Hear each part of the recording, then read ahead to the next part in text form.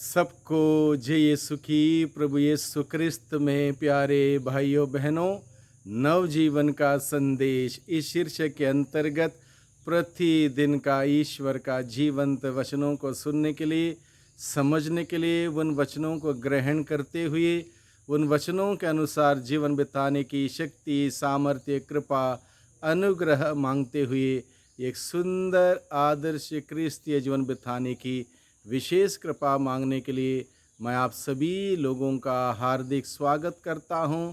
आज सितंबर की 16 तारीख है, मंगलवार का दिन है और आज के दिन में मनन चिंतन करने के लिए हम सबों को विषय दिया है संत लूकस के द्वारा रचित सुसमाचार अध्याय 7 पद संख्या 11 से 17 का प्रसंग है।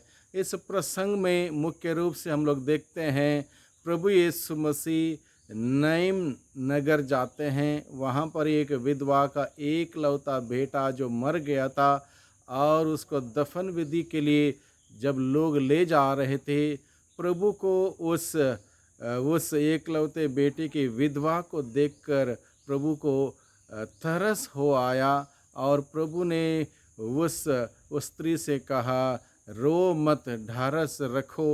और आरती का स्पर्श करते हुए उस मरी हुई लाश को फिर जिंदा करते हुए अपने मां को सौंप दिया, क्योंकि प्रभु यीशु मसीह जानते थे उसके दुख की गहराई, उसकी पीड़ा, उसकी तकलीफ वो जानते थे, क्योंकि उस स्त्री का पति पहले से ही मर चुका था और दूसरा सहारा बेटा, एकलौता बेटा था, वो भी मर गया।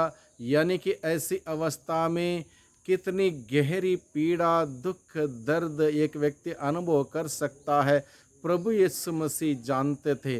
प्रभु यीशु मसीह हर एक व्यक्ति को भली-भांति जानने वाले, भली-भांति समझने वाले और भरपूर प्यार करने वाले ईश्वर हैं। हम सबों को वो भली-भांति जानते हैं, हमारे सिचुएशन जानते हैं, हमारी परिवेश और परिस्थिति जानते हैं और उसके बावजूद हम सबों से बेहद प्यार करते हैं। हम सबों के प्रति वो तरस खाते हैं, हम सबों के प्रति अनुकंपा जताते हैं और हम सबों के जीवन में आशीषें और बरकतें हमें प्रदान करते हैं। इसलिए आज के दिन में हम लोग देखते हैं प्रभु यीशु का नईम नगर में प्रवेश, यानी कि उस नगर में प्रवेश करने से वहाँ पर इतना बड़ा चिन्ह चमत्कार हुआ, अद्भुत घटना हुई, मुर्दा जिंदा हुआ।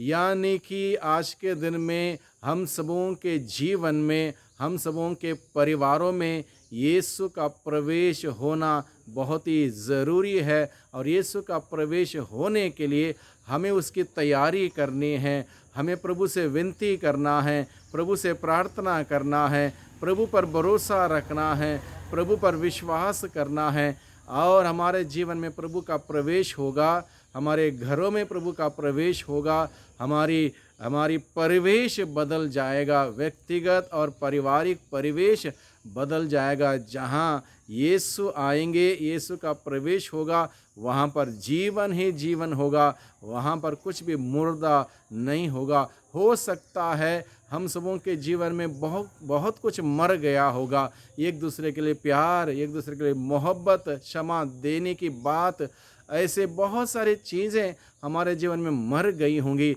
जब प्रभु का प्रवेश होगा, सब कुछ जिंदा होगा, सब कुछ तरोताज़ होगा। इसलिए प्रभु का आगमन हमारे जीवन में बहुत ही ज़रूरी है। इसलिए आज के दिन में हम लोग प्रभु से प्रार्थना करें, अपने जीवन में, अपने परिवार में प्रभु का स्वागत करें, प्रभु को बुलाएं।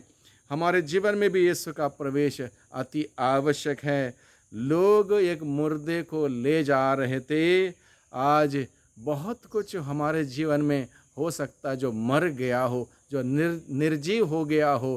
प्रभु के मूल्य, प्रभु के सिद्धांत हमारे जीवन में सजीव ना हो, निर्जीव हो गए हों, मर गए हों। इसलिए जो कुछ भी मर गया है उसको ज़िंदा करने के लिए हमें प्रभु की ज़रूरत है, प्रभु के वचनों की ज़रूरत है। और यीशु ने जब आदेश दिया उस मरी हुई उस युवक के लाश को आदेश दिया। ईसा ने कहा, युवक मैं तुमसे कहता हूँ उठो। प्रभु ने आदेश दिया, युवक मैं तुमसे कहता हूँ उठो, और मुर्दा उठ बैठा और बोलने लगा। जैसे ही प्रभु ने अपनी वचन सुनाया, प्रभु ने आदेश दिया, मरी हुई लाश उठकर बैठती है, उसमें जीवन आ जाता है और वो बोलने लगता है। यानी कि प्रभु का वचन इतना शक्तिशाली, प्रभु का आदेश इतना पावरफुल, मुर्दों में जान डालने वाला हमारा ईश्वर, जो हम सबों के अंदर नई जान डाल सकता है। हमारे अंदर जो कुछ भी मरा है उसको फिर जिंदा कर सकता है। उस प्रभु पर हम भरोसा रखें। जो कुछ मरा है उसको वैसे ही छोड़ देंगे, वो सड़ता है जिसमें बदबू आएगी। इसलिए हम प्रभु को बुलाएं, प्रभु से कहें, प्रभु मेरे जीवन में कार्य कर, मुझे तेरी ज़रूरत है। और प्रभु मेरे जीवन में प्रवेश करेगा। निश्चित रूप से मेरे जीवन में चिन्ह चमत्कार होंगे, मेरे घर परिवार में चिन्ह चमत्कार होंगे और सब कुछ नया होगा। जब हम लोग एक प्रकार से हेल्पलेस सिचुएशन से गुज़रते हैं, होपलेस सिचुएशन से गुज़रते हैं, जैसे कि उस विधवा की हालत क्या थी, हेल्पलेस थी, होपलेस थी, कोई उम्मीद नहीं थी, कोई सहारा नहीं था, जीने के लिए कोई ज़रिया नहीं था, सब कुछ समाप्त लग रहा था, सब कुछ ख़त्म लग रहा था। पति पहले से मर चुका था, एकमात्र सहारा जो बेटा था वो भी ख़त्म हो गया था।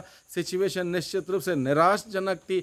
ऐसे निराशजनक परिस्थिति में प्रभु यीशु मसीह हमारे जीवन में आते हैं, क्योंकि प्रभु नहीं चाहते हैं कि हम में से कोई दुखी हो, निराश हो, परेशान हो, दर्द में हो और इस प्रकार का जीवन बिताएं। नहीं, प्रभु हम सबों को जीवन देने के लिए आया। प्रभु हमारे जीवन में आता है, निराशजनक परिस्थिति को आशामय परिस्थिति में बदलता है। इसलिए यीशु को हमारे जीवन में कार्य करने का संदर्भ और मौका दें, यीशु को बुलाएं। और यीशु ने उस निराशजनक परिस्थिति में उस स्त्री के जीवन में कार्य करते हुए फिर एक बार वो ना केवल उसका बेटा जिंदा करके वापस दिया, बल्कि वो रिश्ता जोड़ा, माँ और बेटे का रिश्ता। Jesus restores life and our relationship. ये बहुत ही महत्वपूर्ण बात आज के दिन में प्रभु हमें सिखाता है।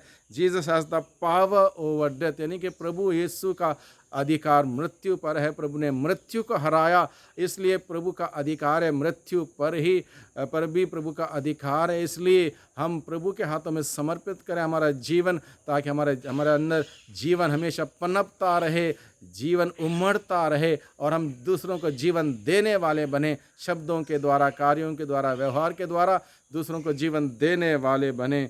Jesus restores our life and our relationship, यानी कि प्रभु सब कुछ सही करता है। इसलिए सब कुछ प्रभु के हाथों में समर्पित करें, प्रभु पर भरोसा रखें, प्रार्थना करें, प्रभु का वचन सुने, ग्रहण करें, उन वचनों के अनुसार जीने का प्रयास करें और निश्चित रूप से प्रभु की आशीष बरकत हम सबों को निरंतर मिलती रहेगी। सबको धन्यवाद, सबको जय यीशु की।